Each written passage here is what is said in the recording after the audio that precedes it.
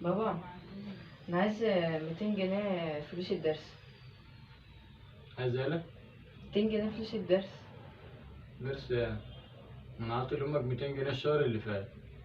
هي 200 جنيه هتقضينا كلنا؟ ماليش فيه، روح خلي ده امك. الدرس بتاع الواحد بتاع 200 جنيه. 200 جنيه مفيش معايا. ده انا مش لسه انا. بتعلم حاجه جديده ومش عارف اجربها على مين. ده اجربها اللي عليك؟ انت فالح فيه. اجربها عليك يعني.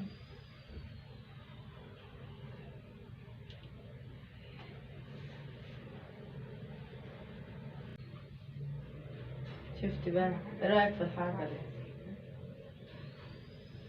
نشوف بقى كده.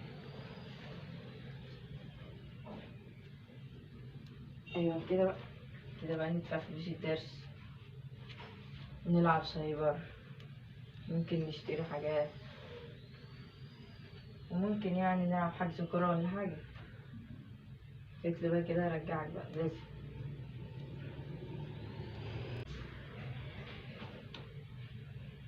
تعمل ايه؟ لا بجرب حاجة كده بس. حاجات ايه؟ لا مفيش حاجة مش عارف. نروح بقى اشوف مع فلوس الدرس بقى. نروح شوف مع امك. أنا كل يوم هتيجي تقول لي عايز 200 جنيه للدرس. انا عاطي لامه 200 جنيه الشهر اللي فات تدفع الدروس بتاعت اخواتها. يعني هجيب منين؟ مفيش معايا الا. فين الفلوس؟